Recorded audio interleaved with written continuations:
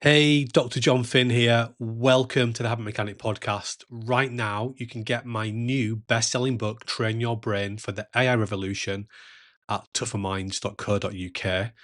The digital book, audiobook, and physical book are all available at a special price that you won't find anywhere else. Hello, Habit Mechanics. It's Dr. Jon Finn here. I hope you're having a fantastic week so far. Welcome to a shorter episode of the Habit Mechanic podcast. Remember, you can listen to live episodes of the Habit Mechanic podcast inside the Habit Mechanic University app, where you can ask us questions live and we will answer you during the live streamed podcast. Inside the app, you can also access your Habit Mechanic Toolkit. You can also watch our live masterclasses and join our live Change Challenge coaching sessions. You can download the app for free. If we could just start off by asking you to explain what is resilience. How do you define it in the Habit Mechanic book? How do you explain it? Yeah, it's interesting, isn't it? Because people use that word a lot, but often they can mean very different things. I do remember, so I used to work a lot in professional football. And I remember right at the start of that journey, the word resilience was being used a lot in press conferences and by the media in relation to football. And I remember some manager defining it as its bounce back ability. And I think eventually that made it into the Oxford Dictionary as an example. But I think if I want to help people to be more resilient, if Habit Mechanic coaches want to help people to be more resilient, if we want to help ourselves to be more resilient, we have to have a more explicit understanding of, well, what does it actually mean? And the way I understand it is a two-part process. The first part is recognizing, so via doing intelligent self-watching, that you are thinking or doing something that isn't helpful for you. So you might recognize that you're beating yourself up too much. You might recognize that you're not looking after yourself very well in terms of your sleep, your diet, your exercise. You might recognize that you're procrastinating quite a lot during the day. And we've created loads of intelligent self-watching tools, including our habit metric tools, that people can use to do that. The second part of being resilient then is doing something proactive about the challenges that you've noticed. So if you notice that you're beating yourself up too often, the second part of being resilient is doing something about that. So it's working to build better thinking habits, which might start by learning more about the stress process and then habitualizing some of the different habit mechanic tools you can use to manage those unhelpful stress responses. Like you might end up at the end of the day writing a 3-to-1 reflection. So it's a simple two-part process is the way I see resilience. One is it's recognizing that you're doing some unhelpful things, and then it's doing something about that. And of course, the first step to do, well, the first part of both those processes is switching on that prefrontal cortex to recognize and to stop and to take yourself out of the automaticity, which you're using your hack brain to do and willpower to do. And it's the same then when you want to start building a new helpful habit, you're going to use your prefrontal cortex again, or your hack brain, and your willpower. Yeah, that's great, John. I think you've already helped us to understand how we can use willpower and hence understand how resilience actually operates. I think it's beneficial to point out people using the Habit Mechanic University app and people going to the Tougher Minds website, they'll have seen perhaps some tools and short exercises, the daily tea plan, for instance. These are actually practical ways that you've developed to get this two-step process working for people. Is that right? Yes. So at the heart of everything we're doing is we want to help people to become more resilient. And I'm sure in this podcast we're going to explore there's actually some different ways different groups of scientists explain resilience, or maybe I just say that now. So we hear the term emotional regulation from neuroscientists. That's really about being resilient. We hear the term emotional self-control from social scientists. That's also about being resilient. So the challenge with most of the self-help that we're using, most of the coaching we're getting, most of the training that we're getting to help us to be at our best is that it gets stuck on knowing. We just get more information about what it would be a good idea to do differently. So we might have a resilience training program that explains to us what resilience is and some things that you might do to help you to be more resilient. Our training is different because we don't just teach you how to use the tools.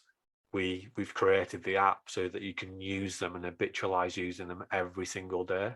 So something like the T plan sounds very simple, but it's very complex in terms of how it's helping you to become more resilient. And it's allowing you to, in just 3 simple steps, to go through the resilient cycle of intelligent self-watching and then doing something about it, but doing something about it using very sophisticated insights from behavioral science, even though you don't need to know what those sophisticated insights are, because you will activate those insights just by working through the simple T plan process. So every day when people are posting their T plans in the app, in the at My Best community, they are being resilient. That's what they're doing. Neuroscientists would say they're regulating their emotions. Social scientists would say that they're deploying emotional self-control. But I think the best, simplest way to think about it is about being resilient. Yeah, and I think that really brings it home to me how, as you write in chapter 13, emotions are central to this. And what I think you're saying is that effectively we can improve the way we think by practice. We can improve our mindset, if you like, by practicing to be more resilient. I mean, some people would say that they're born resilient. You would say, I'm sure, that we can develop it. Yeah, I think saying you're born resilient is fine, but it's an oversimplification of things. Resilience is very contextual. You might be really resilient physically, so you play rugby or a tough sport and you don't mind if someone hits you very hard in the tackle, but you might be very fragile in relationships. So you're very resilient in one element of your life, but very fragile in another area. And yeah, we can see neurobiologically, which I think we're going to get into in the next when we talk about chapter 14 of the book, that these sites in our brain that we use to be resilient, they're like plasticine. They're remoldable, but they're also like muscles in the sense of the more you work them out, the stronger they get. So yeah, it doesn't matter how resilient you are on a scale of 1 to 10 about any specific area in your life.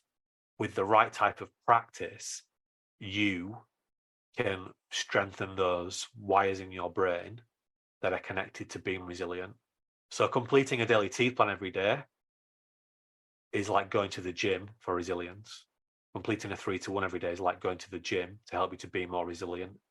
And actually, posting it in the app is a supercharger because you're strengthening the learning that and brain development that you're getting from completing that exercise, because you are, by posting it into at Your Best community, you're actually strengthening those neurobiological connections further and therefore developing your resilience further.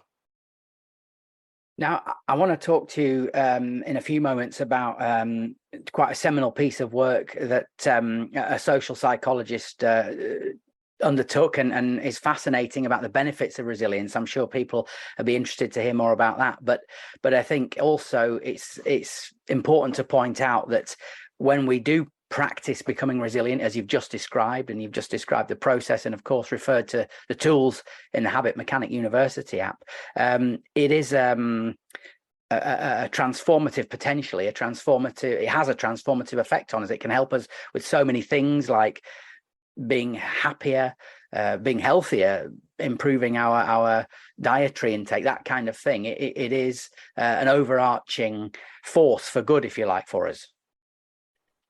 Yes, if we if we use the definition that it's about understanding ourselves and the things that we're doing well, but also the things that are getting in the way of us being at our best, so understanding our destructive habits and then being able to build new helpful super habits, then yeah, it can help us with anything. So it's a fundamental foundational process in terms of recognizing the things that are getting in the way of us being at our best, but also helping us to practice new things, both thinking and doing, that make it easier for us to be at our best. So yeah, it's so foundational. It's something that we should just get taught, from a very young age, which is what in the schools that use the Tougher Minds program, where they're teaching their young people to become habit mechanics, then obviously they are learning to be resilient from a young age. Actually, it was really interesting. I can't cite the study, someone told me about it, but it came out of Oxford University.